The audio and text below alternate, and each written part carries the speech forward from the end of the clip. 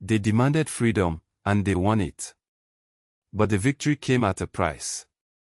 A price so high, it crippled the nation for over a century.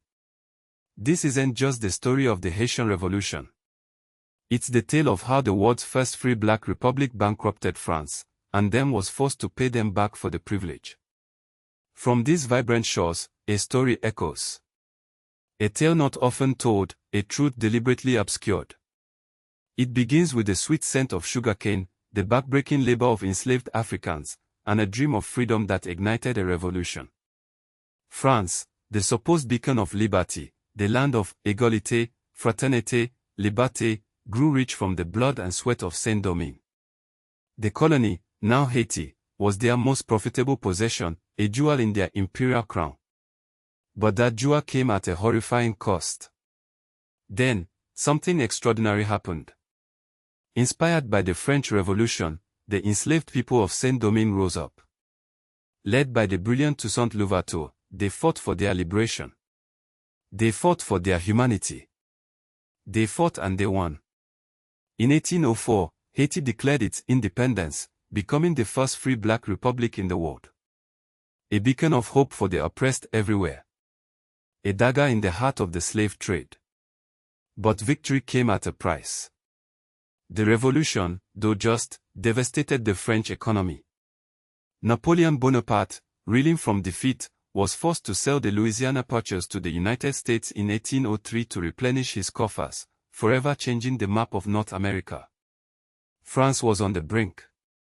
But here's where the story takes a truly sinister turn.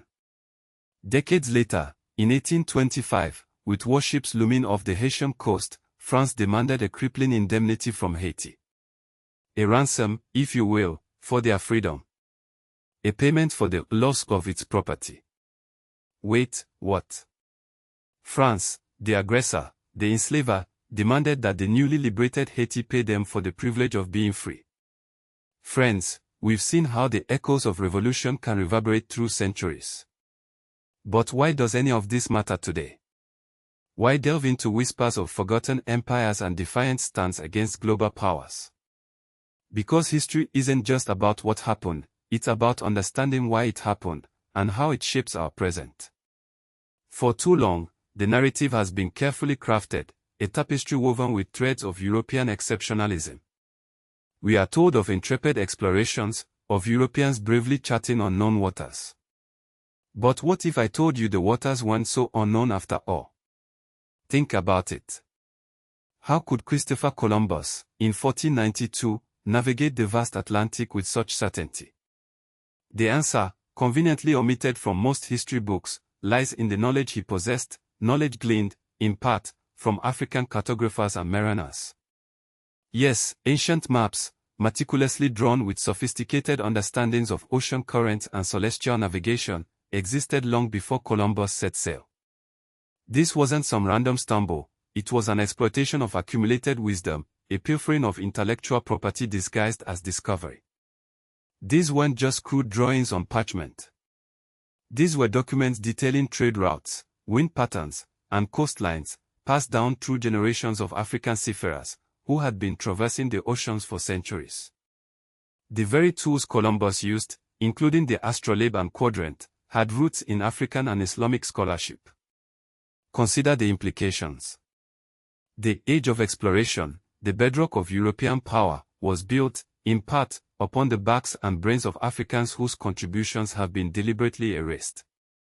And if the foundation of this global power structure rests on such deception, what else are we missing? What if the narrative of European dominance is not a testament to inherent superiority, but a carefully constructed illusion, sustained by the systematic suppression of other cultures' achievements? Wait, what if the wealth that funded these very voyages, the wealth that built European empires, traces back to the systematic looting of African knowledge and resources? So, Haiti, a beacon of black liberation, paid the ultimate price for its freedom. Imagine the schools, hospitals, and infrastructure that could have been built with those billions. Imagine the global impact of a truly independent and prosperous Haiti. France's greed stunted a nation. And that debt, it wasn't fully paid until 1947. Think about the generations affected.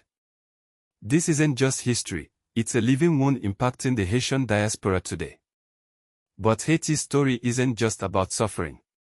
It's about resilience, courage, and the power of a people to demand their freedom. It reminds us that economic exploitation is just another form of colonialism, and we must be vigilant against it. Want to support our work sharing these crucial stories? Check out our merch at pornoafric.com/merch.html with items starting from just $29. Show your pride and help us amplify these vital narratives. High Voltage follow, subscribe and like at Panafric for daily Africa Plus Money Plus Wisdom.